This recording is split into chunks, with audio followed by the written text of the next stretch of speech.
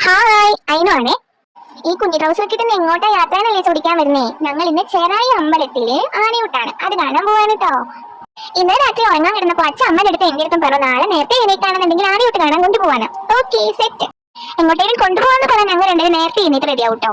എല്ലാത്ത ദിവസം ഈ ഗേറ്റിന്റെ അപ്പുറത്തെ റോഡ് കണ്ടോ, അതിലേ കൂടെ പോകുന്ന ആൾക്കാര് കൊച്ചുനല്ലേ എണീറ്റില്ലേ കുറുക്ക് കൊടുത്തില്ലേ കുളിപ്പിച്ചില്ലേ എന്ന് ചോദിക്കണം കേട്ടിട്ടാണ് ഞങ്ങൾ എണീറ്റാറ്. എന്താ അല്ലേ. അച്ഛനെ നെഞ്ചത്ത് ഇരിയും കൊടുത്തോണ്ട് അമ്മനെ വെയിറ്റ് ചെയ്തോണ്ടിരിക്കുകയാണ് കേട്ടോ. അപ്പൊക്കെ പണ്ടത്തെ പോലെയല്ലല്ലോ, ഒരു ബാഗ് നിറയെ ഡയപ്പറും ഉണ്ടെങ്കിൽ എങ്ങോട്ടും പോകാൻ പറ്റത്തുള്ളൂ. പിന്നെ എന്റെ ഒരു ഉടുപ്പ് എക്സ്ട്രാ വെക്കും. അച്ഛനെ സുന്ദരിയൊക്കെ നോക്കുക.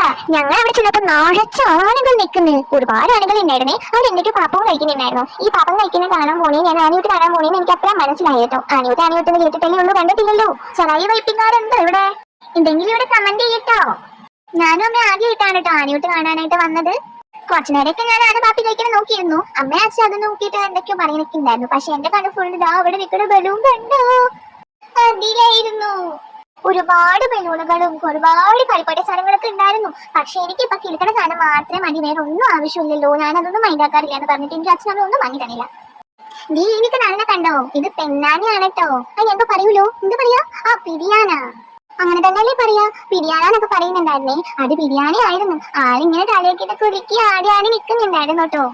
അല്ലെങ്കിൽ എനിക്ക് ചൂടും വയറപ്പൊക്കെ ഇത്തിരി കൂടുതലാ. അതിന്റെ ഇടയിൽ ഒരുപാട് ആൾക്കാരെല്ലാം എടുത്തിട്ടല്ലേ നമ്മൾ പോയത്. അപ്പൊ എനിക്ക് ഭയങ്കരമായിട്ട് ചൂടെടുത്തു.